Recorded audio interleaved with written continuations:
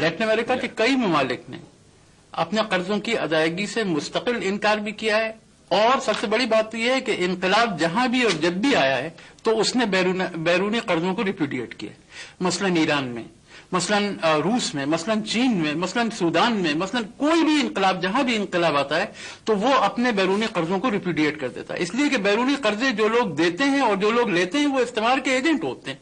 ان کی کہ اگر مثلا کسی حکومت کو، کسی اسلامی حکومت کو اس چیز کی کیا کوئی شرعی اجازت ہے کہ وہ سود کی بنیاد کے اوپر قرضے لے؟ ان کی شرعی حیثیت، ان سودی قرضوں کی شرعی حیثیت کیا ہے؟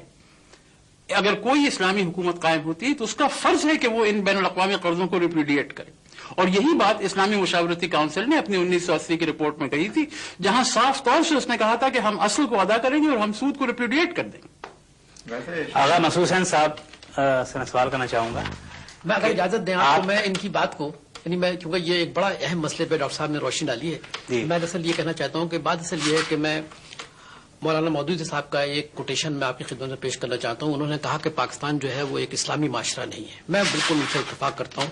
انہوں نے کراچی یونیورسٹی میں تقریر کے دوران بھی یہ بات کئی دفعہ کہی جب وہ تشریف لاتے تھے امریکہ سے علاج کے بعد. میں دراصل یہ کہنا چاہتا ہوں کہ یہ کوئی آسان بات نہیں ہے کہ آپ قرضے جو ہیں وہ نہ دیں. جن ملکوں نے، جیسے ڈاکٹر صاحب نے لاطینی امریکہ کے ممالک کی بات کی ہے، مجھے معلوم ہے کہ وہاں پر پھر لوگوں پہ کیا گزری، لیکن وہ ایک پھر بھی میں آپ کی خدمت میں یاد کرنا چاہتا ہوں، وہ بڑی اسٹیبل سوسائٹیز ہیں، یعنی ان کا ایک بڑا مضبوط سماج ہے. پاکستان ایسا نہیں ہے. پاکستان جو ہے ایک گروئنگ سوسائٹی ہے جو ابھی ایک موب سے نکل کر اپنا ایک راہ متعین کر رہا ہے کہ اسے کس جانب جانا چاہیے. اور اس میں سب سے افسوسناک بات یہ ہے کہ ہمارے جو حاکم ہیں، ہمارے جو رولرز ہیں، ان کے پاس کوئی ڈائریکشن نہیں ہے. It's a directionless society, کیونکہ وہ ڈائریکشن دینے کے خود قابل نہیں ہے. بھائی جن کی زندگی میں صرف یہ ہو کہ صبح اٹھ کے کتنے چیزوں میں اوور انوائسنگ کرنی ہے اور انڈر انوائسنگ کرنی ہے، وہ کیسے مطلبی کے سیاستداں ہو سکتے ہیں؟ سیاستداں تو فلسفی ہوتے ہیں، شعور اور روشنی کی راہ متعین کر کے وہ عوام کی فلاح کرتے ہیں.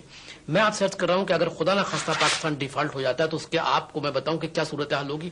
آپ کی کوئی ایل سی نہیں کھلے گی، ہے نا، آپ کی بین الاقوامی طور پر آپ تجارت آپ نہیں کر سکیں گے، اور پھر آپ کا جو معاشرہ ہے، پھر میں آپ کو ایک انڈر لائن کر رہا ہوں کہ یہ اسٹیبل سوسائٹی نہیں ہے. یہ ذہنی طور پر ایک مضطرب اور ایک پریشان اور ایک افواہوں پہ زندگی گزارنے والا معاشرہ ہے. چنانچہ جب یہ صورتحال پیدا ہوگی تو آپ یقین کیجئے کہ اس ملک میں آپ اپنے گھر سے باہر بھی نہیں نکل سکیں گے. تو میں یہ عرض کر رہا ہوں کہ میں پاکستان کو ڈیفالٹر نہیں دیکھنا چاہتا ہوں. میں یہ چاہتا ہوں کہ اگر پاکستان کے اندر حکومت کی کوئی تبدیلی آئے تو وہ تبدیلی آنے کے بعد یہ ہے کہ وہ آئی ایم ایف سے باقاعدہ آنکھ ملا کے بات کرے اور ہم اس کو ری شیڈولنگ کرا سکتے ہیں. دیکھیے اکنامک جو ہے ایک بڑا کمپلیکس سبجیکٹ ضرور ہے، لیکن ایسا سبجیکٹ نہیں ہے، وہ انسانوں سے ڈیل کرتا ہے.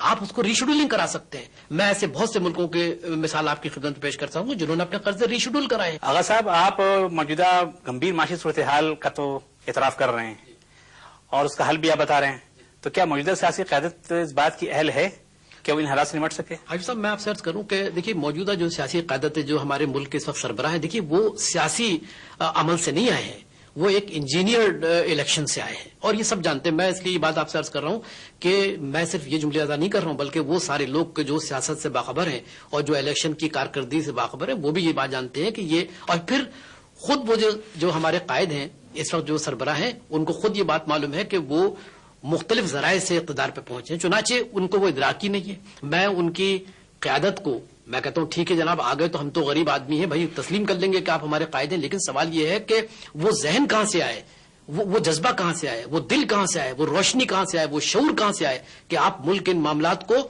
آپ بیٹھ کے سلجھائیں. محض نرم گفتگو کرنے سے یا تقریر کرنے سے یا تقریر لکھوا کے غریبوں کی آہو بکا کے بارے میں اپنے خیالات کا اظہار کر دینے سے ملک اور عوام کی تقدیریں نہیں بدلتی. احمد طارق صاحب، آپ خود بھی تاجر ہیں، یہ بتائیے کہ کہا جاتا تھا کہ نواز شریف صاحب کی قیادت میں اگر تاجر قیادت پاکستان میں آ گئی تو پاکستان کے سارے تجارتی معاشی مسائل اب دور جائیں گے، دلدل ختم ہو جائیں گے. آپ بتائیے یہ ایسا ہوتا نظر آ رہا ہے؟ جی نہیں، ایسا نہیں ہوا ہے، بلکہ جب انہوں نے کوئی ایماندارانہ کوشش بھی کی